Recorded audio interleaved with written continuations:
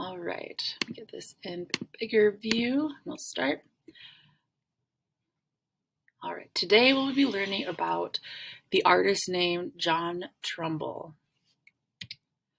So some terms and people to know. He was an artist during the Revolutionary War. So that's the war that won America's independence from Britain. And then like a notable person during that time was George Washington, who I think we all know. But he led the American Revolution and then became the first president of the United States. So just some notable people and things around John Trumbull's era. So John Trumbull was best known for his work during this American Revolution. So this was between 1775 and 1783 was the American Revolution. He went on and did a lot more painting afterwards, but a lot of his paintings went back to this American Revolution time. So during the American Revolution, America gained independence from the British in the Revolutionary War. And then more notable people that John Trumbull knew or worked for, was in the military with, whatnot, was like George Washington, Benjamin Franklin, John Adams. So that's kind of some people that he was working with. So information about John Trumbull. He was born June 6th in 1756, and then he lived until November 10th of 1843. I think it was 87 when he passed away. So, I mean, that's a really long life, I feel like, for that era especially. He was born in Lebanon, Connecticut said his family was Puritans, both sides. So they had come over and been living up in Connecticut.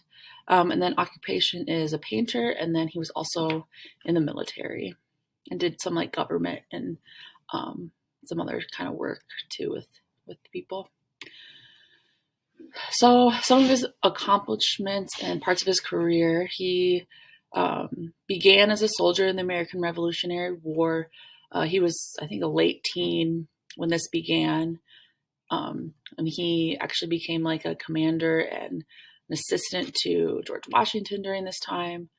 He was a soldier for a few years, and then he left kind of in the middle of the war and began to do more painting. But during this time, Trumbull began painting and doing small pictures of the war, and he did a lot of miniature portraits of like notable people. So a few of those included George Washington, who he worked close with. Some notable pieces that he did were at the Battle of Bunker Hill and the signing of Declaration of Independence. And we'll see those later in the slideshow. And I think, they were super familiar to me. So there's quite a few that were popped out and were very familiar to me. And then a little later in his life, in 1831, Trumbull sold 28 paintings and 60 miniature portraits to Yale University, what is now and became the Trumbull Gallery. And I read a little more about this. He did this because he was kind of broke and needed money, actually. And I guess it was the first art gallery in a university. So that was interesting. And then between 1816 and 1836, he served as the president of the American Academy of Fine Arts. And I read a little more about this too. And by the end, like all the students had quit and they didn't like him, and they made their own like academy. And I saw that this academy actually shut down a couple years after he was done. So he might have crumbled it. I don't know. Maybe he kind of sounds like a crabby old man in his later years, but well. All right. So here are the, I'll put myself up here. Oops. Some of his famous paintings. Oh, I can't grab myself. There we go. Here are some of his famous paintings. I definitely recognize like the Declaration of Independence here, Battle of Bunker Hill, this George Washington one. And then these were a couple surrenders from the Revolutionary War. As you can see, like this is 1786, 92, and then this gets into the 1800s. So quite a few years after the actual Revolutionary War. But he was painting. And interesting about this Declaration of Independence painting I read is that he actually went to all the signers either themselves or if they had passed away by this time. By this early 1800s, he went to their families and did his miniature portraits of their faces, and then he brought all of them together and created this large, I think this was like 18 feet long or something I read. So this is a massive piece. Yeah, here's some examples. And I definitely remember seeing like a lot of these, like probably in my history books growing up. They just look really familiar. So, and then some interesting facts about John Trumbull.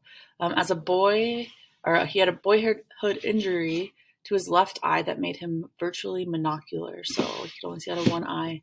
And they say this may have influenced his detailed painting style. So that was a little interesting tidbit about him.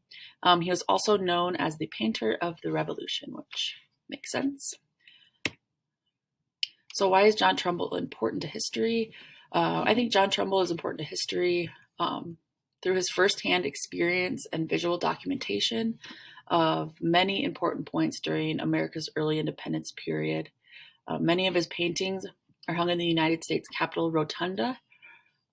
This is like the middle dome part at the Capitol in DC, and inside it's like gold in the dome, and then they have these giant paintings that kind of are symbolic of America, or like big points of American history, and he has a couple in there, which I thought was cool. And that area, this rotunda, is described as the Capitol's symbolic and physical heart. So I think he is definitely important, especially to American history.